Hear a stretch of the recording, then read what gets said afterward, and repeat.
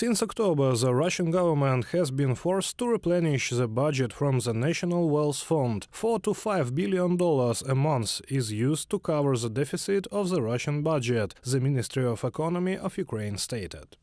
We are already seeing clear signs of the financial stress of a terrorist state. This includes the withdrawal of funds from the National Welfare Fund in favor of the budget and the withdrawal of $20 billion from Gazprom through a special tax and unplanned attraction of funds on the domestic market. Yulia Sviridenko, Minister of Economy of Ukraine, on the website of the Ministry of Economy of Ukraine.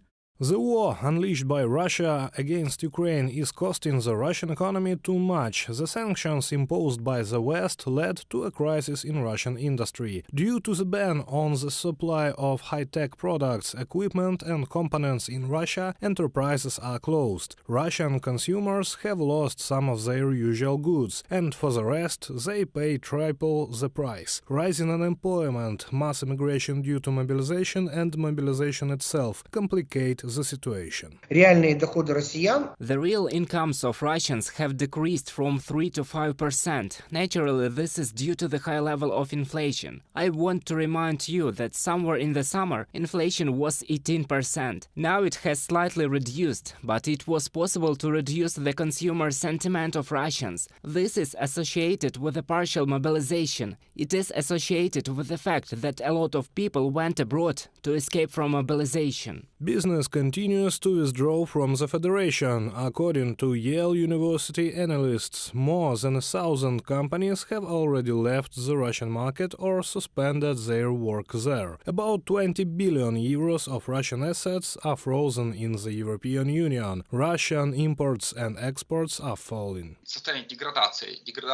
A state of degradation that has no end in sight. But all the talk that the Russian economy will recover in 2025 or 2027 is complete nonsense. This is just complete nonsense because there are no factors that would reverse this trend. The exception is if the war ends, but not with an agreement, but as it should end, with the defeat of Russia, the return of Russia to the system of world law and reparations. The US has imposed a new package of sanctions against dozens of Russian financial institutions, including against the oligarch Vladimir Putin, his network of organizations, and also other individuals associated with the Russian government. The Office of the President of Ukraine stressed that it is necessary to impose sanctions against Rosatom, Russian state nuclear energy corporation, whose portfolio of foreign orders is about $200 billion.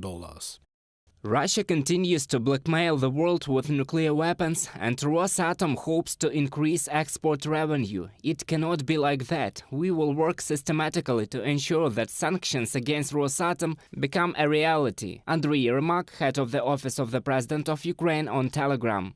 In 2023, the collapse in profits from oil and gas exports could be more than 50%, all because of the EU embargo on crude oil products, and the marginal price on them. In the new year, the income of the aggressor country may fall below the critical level, $40 billion per quarter of the year. Ukraine is working to ensure that the marginal price on oil is reduced to $35 per barrel. The Ministry of Economy of Ukraine stated. The Office of Sanctions Coordination of the U.S. Department of State predicts that the Russian economy will shrink by at least 16% over the next few years, and by 2030 it will be 20% less. Reported by Serhiy Kulas, Yulia Bezborodko, uatv News.